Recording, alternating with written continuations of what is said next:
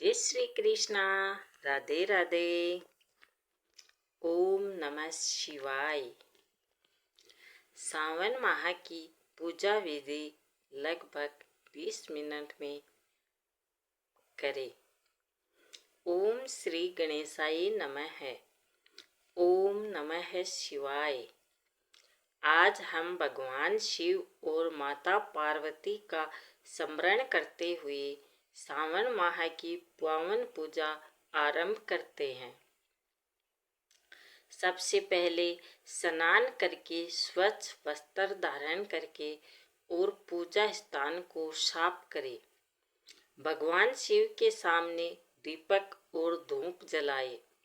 दोनों हाथ जोड़कर संकल्प ले, हे भगवान भोलेनाथ, मैं श्रद्धा और भक्ति के साथ सावन माह की यह पूजा कर रहा हूँ या रही हूँ।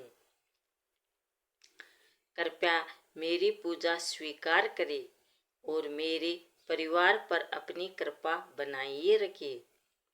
अब शिवलिंग पर गंगा जल या स्वच्छ जल अर्पित करें और ओम नमः शिवाय मंत्र का जाप करते रहे।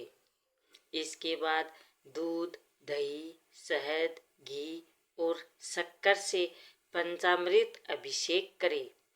फिर पुनः स्वच्छ जल से शिवलिंग का अभिषेक करें।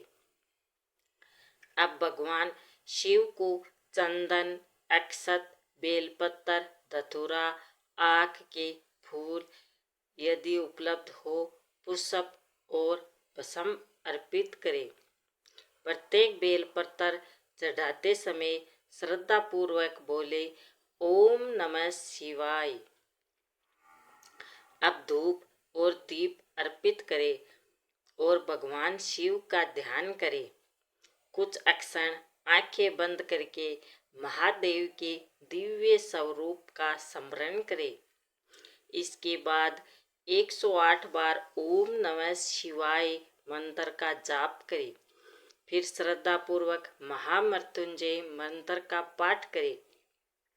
ओम त्र्यंबकम यजामहे सुगंधिम पुष्टिवर्धनम उर्वारुकमिव बंधनान् मृत्युमुक्षे मामर्तात। अब शिव चालीसा या अपनी श्रद्धा अनुसार भगवान शिव के किसी भी स्रोत का पाठ करें। इसके बाद कपूर या दीपक से भगवान शिव की आरती करें और प्रेम पूर्वक गाए, ओम जय शिव ओंकारा।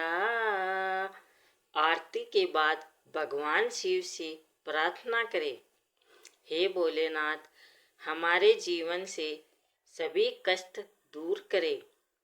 हमें उत्तम स्वास्थ्य, सुख, शांति, समृद्धि, सद्बुद्धि और धर्म के मार्ग पर चलने की शक्ति प्रदान करें। हमारे परिवार की रक्षा करें और अपनी कृपा सदैव बनाए रखे। हर हर महादेव।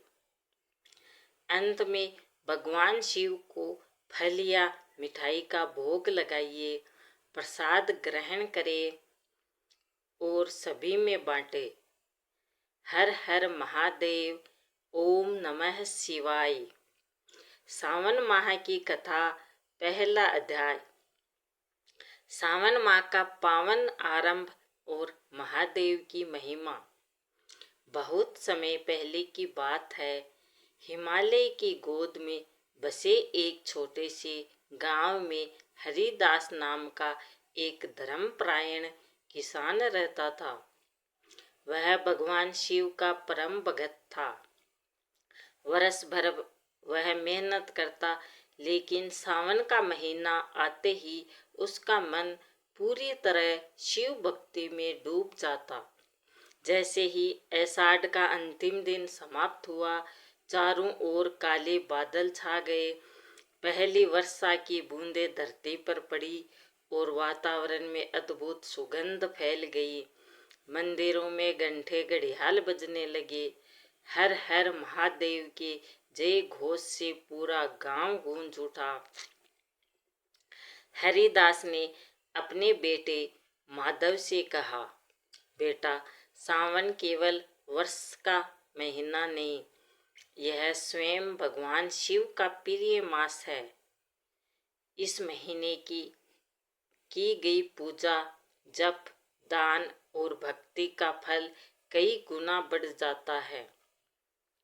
माधव ने उत्सुकता से पूछा, पिताजी, भगवान शिव को सावन इतना प्रिय क्यों है? हरिदास मुस्कुराते हुए बोले, इसका रहस्य बहुत पुराना है। जब देवताओं और दैत्यों ने समुद्र मंथन किया, तब सबसे पहले भयंकर हलाहल विष निकला। उस विष की ज्वाला से तीनों लोक जलने लगे। कोई देवता, कोई ऋषि और कोई दानव उसे रोक नहीं पाया। तब सभी भगवान शिव की शरण में पहुंचे।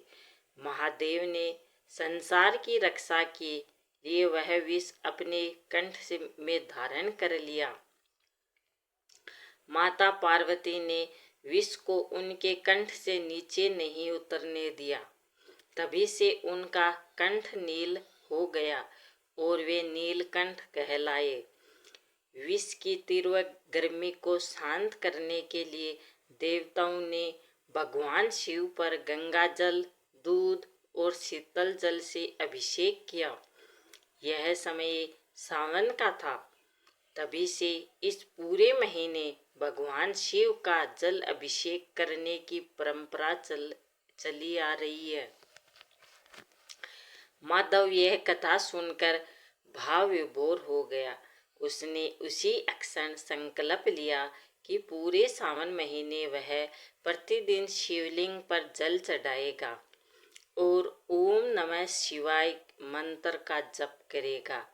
अगले दिन ब्रह्मा मुहूर्त में गांव के सभी लोग नदी से जल भरने निकले। महिलाएं मंगल गीत गा रही थी। बच्चे बोल बम भोले बम का जय घोष कर रहे थे और शिव भगत कावड़ लेकर मंदिर की ओर बढ़ रहे थे। पूरा वातावरण भक्ति से भर गया। मंदिर के पुजारी ने सभी भक्तों से कहा, सिर्फ जल चढ़ाने से ही पर्याप्त नहीं है। सच्ची भक्ति मन की पवित्रता, सत्य, दया और सेवा में है। यदि मन निर्मल हो तो भगवान शिव एक लोटा जल से भी प्रसन्न हो जाते हैं। हरिदास ने पूरे परिवार के साथ विधि विद्वान से भगवान शिव का अभिषेक किया। बेलपत्र, धतूरा, आक के फूल और गंगा जल अर्पित किया। मंदिरों में शिव चालीसा और महामृत्युंजय मंत्र का पाठ होने लगे। उसी समय एक वृद्ध साधु मंदिर में आई। उनके चेहरे पर अद्भुत तेज था। उन्होंने सभी भक्तों को आशीर्वाद देते हुए कहा, जो व्यक्ति सावन में श्रद्धा और विश्वास के साथ शिव की आराधना करता है, उसके जीवन में बड़े से बड़े संकट भी दूर हो जाने लगते हैं। साधु की यह बात सुनकर गांव के लोग और भी अधिक श्रद्धा से भक्ति करने लगे।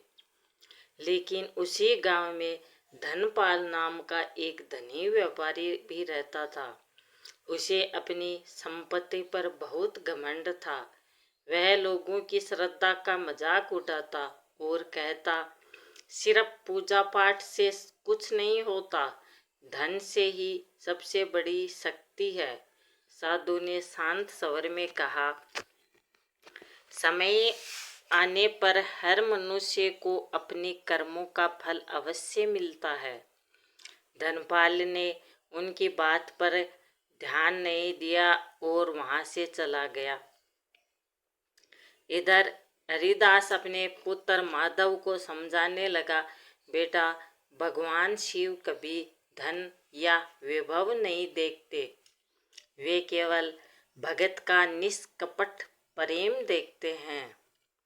माधव ने प्रण किया कि वह पूरे सावन में किसी का अपमान नहीं करेगा, सत्य बोलेगा, जरूरतमंदों की सहायता करेगा और प्रतिदिन शिव नाम का स्मरण करेगा। धीरे धीरे सावन का पहला सोमवार आने वाला था। पूरे गांव में विशेष तैयारियां शुरू हो गई। मंदिरों को फूलों और दीपों से सजाया गया। दूर दूर से कावड़ियां आने लगे। हर किसी के मन में महादेव के दर्शन की तीव्र इच्छा थी। उधर धनपाल के जीवन में एक ऐसी घटना घटने वाली थी जो उसके घमंड को हमेशा के लिए समाप्त कर देगी। भगवान शिव की अद्भुत कृपा कैसे एक अहंकारी व्यक्ति को सच्चा भगत बनाएगी, यही इस कथा के अगले अध्याय का रहस्य है। पहला अध्याय समाप्त। अगले अध्याय में सावन के पहले सोमवार का चमत्कार और धनपाल के जीवन में महादेव की कृपा मिलेगी देखने को। वीडियो अच्छी लगी तो लाइक शेयर जरूर करना और सावन के महीने में ओम नमः शिवाय मंत्र का जाप करते रहना।